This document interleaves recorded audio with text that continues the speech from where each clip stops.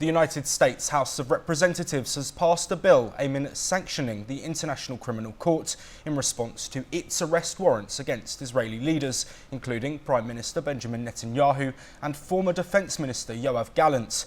The bill, known as the Illegitimate Court Counteraction Act, was approved by a vote of 243 to 140. It proposes sanctions on any foreigners who aid the ICC's efforts to investigate or prosecute US citizens or those from allied countries, particularly those who don't recognise the court's authority. The legislation now moves to the US Senate, where Republican majority leadership is expected to push it forward. If passed, the sanctions would include freezing assets and denying visas to foreigners who support the ICC's investigations.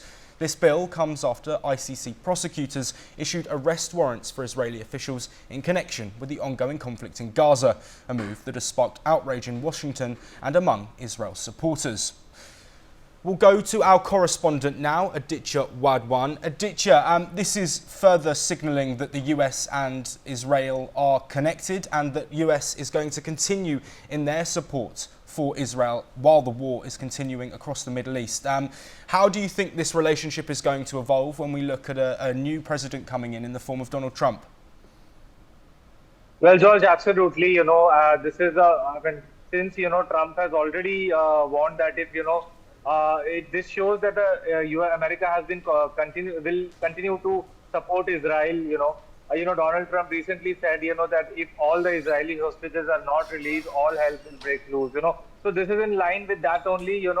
Since earlier what has happened, the International Court of Justice had also issued summons to arrest the Israeli PM Benjamin Netanyahu, and now United States of America, the House of Representatives has passed this bill to sanction ICC because they they have asked a desire to arrest Benjamin Netanyahu. So this is in line with what is happening, and as far as Trump's swearing in is concerned, as soon as Donald Trump will swear in, this US-Israel partnership is expected to grow because, as we saw in the first term of Donald Trump, he actually supported Israel all ends. Trump was the first president, who got the deal of friendship signed between Israel and the United Arab Emirates during his first term. So this is expected to follow. Yes, John. Back to you in the studios.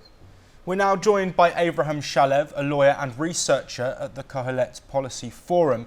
I'd like to speak to you, Abraham, specifically on this relationship, but looking forward and looking how it may grow with that support of Donald Trump. There has, of course, over recent days been a post by Trump on Truth Social that seemed to criticise Netanyahu. So do you think this is Biden putting in a final attempt and Biden's administration to continue that relationship? And do you think there's a risk of that relationship breaking down given Trump's sort of instability when it comes to certain foreign policies? Well, I think that the sanctions bill, right, shows the alignment of Israeli and American interests far above whoever is the president in the United States, right? The ICC is a threat to American interests and the interests of those allies, right? Here you have a runaway court, a court that's acting without any jurisdiction, that's targeting a fellow democratic country against a non-member state based on made-up crimes in a non-existent Palestinian state, right? And these have been the concerns that the United States has voiced since the very beginning, when the idea of an international criminal court was first thought up over 2 decades ago. So we see that these concerns have actually come to fruition. Looking in terms of those crimes that you mentioned there, you referred to them as made-up crimes. Of course, the ICC has no jurisdiction in Israel or in the United States, but there are several organisations that have spoken about these crimes at length. So where does the line be drawn? Where is the line drawn? And how can organisations be saying something so different along with the ICC compared to what Israel is saying and their allies? Well, first, again, the very basis of any criminal investigation or of any charges is the matter of jurisdiction. right? The ICC has absolutely no jurisdiction over Israel, which is a non-member state, right? The ICC's bad faith is underscored by the fact that in order to go after Israel, they had to recognize a non-existent, right, Palestinian state, right? According to international law, statehood, the existence of a state is a factual question, right? That there are factual criteria that a state needs to fulfill in order to exist, and a Palestinian state doesn't meet those criteria.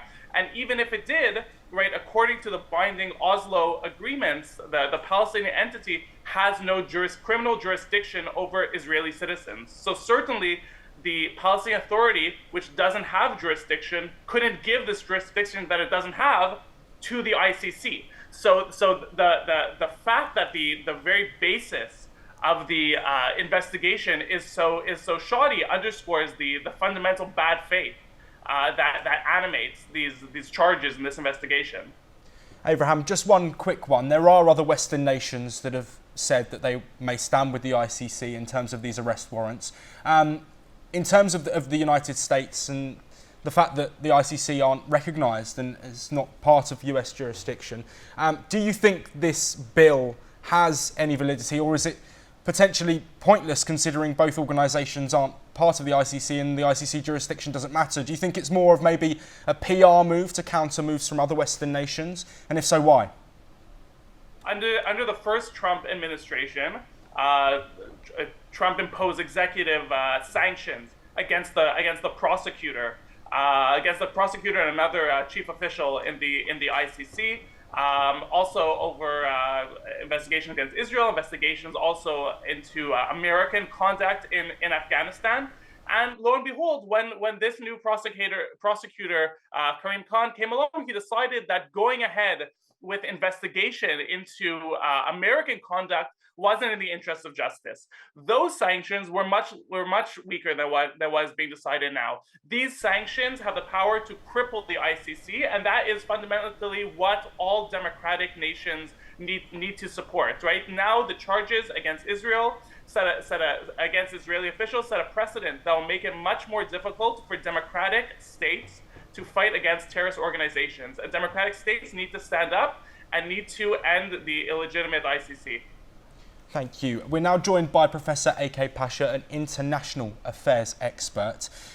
Professor Pasha, looking at the potential sanctions that the US are threatening to place on people who will help and be part of an ICC investigation, what do you think that could do for people who are involved, and what do you think those sanctions could see happen? This development is extremely significant. Although it is the House of Representatives which has passed the bill, and nearly 145 members opposed it, but the Republicans had tried this at least 2 times. And since now the Republicans control both the House and the Senate, it is most likely that once Trump becomes president, this is likely to be this will become a bill and could be implemented. But what is significant to recall here is the previous speaker, tried to underestimate this. But the International Criminal Court, which was established in 1998, the United States and Israel were only 7 countries, along with that, who voted against the bill, criminal code. And both the United States and Israel, they signed the founding document, that is the Rome Statute, but neither of them have ratified this Rome Statute.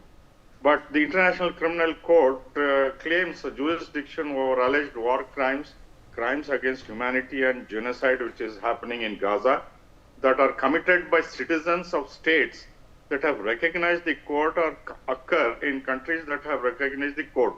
You may recall that the Palestinian territories did so in 2015, a few years after the UN admitted Palestine as an observer state. And the PA also has accepted the jurisdiction of the ICC. So what in effect now will happen is Netanyahu or any other leader accused by the ICC may not be arrested in the United States, but over 186 countries who are members of the United Nations, wherever the Israeli Prime Minister or anyone accused will have to be arrested and handed over to the ICC.